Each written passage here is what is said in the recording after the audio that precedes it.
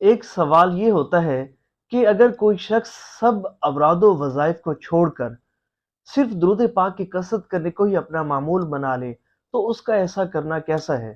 اگر سب اوراد و وظائف کو چھوڑ کر صرف درود پاک کی کثرت کرنے کو ہی اپنا وظیفہ بنا لے تو اس کا ایسا کرنا کیسا ہے؟ تو اس کا جواب یہ ہے کہ اس کا ایسا کرنا جائز ہے، اس کی گناہوں کی مغفرت کا ذریعہ ہے، اور گناہوں کی مغفرت کے ساتھ ساتھ اس کی حاجات کی تکمیل کا ذریعہ ہے۔ سبحان اللہ۔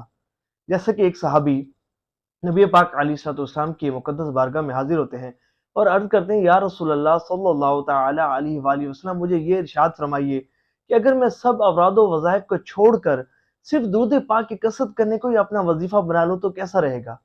تو نبی پاک علیہ الصلوۃ والسلام نے ارشاد فرمایا، اگر تم ایسا کرو گے تو اللہ تبارک و تعالی تمہارے دنیا اور آخرت کے تمام معاملات کے لیے کافی ہے، اور تمہارے تمام گناہ معاف کر دیے جائیں گے۔ سبحان اللہ۔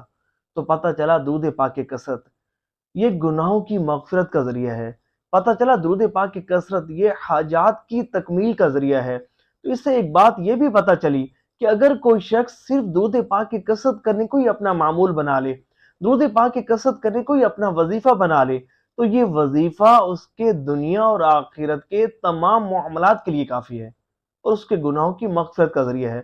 تو اللہ کریم ہمیں بھی کثرت سے درود پاک پڑھنے کی توفیق عطا فرمائے۔ ثواب کی نیت سے اس پیغام کو شیئر کیجیے۔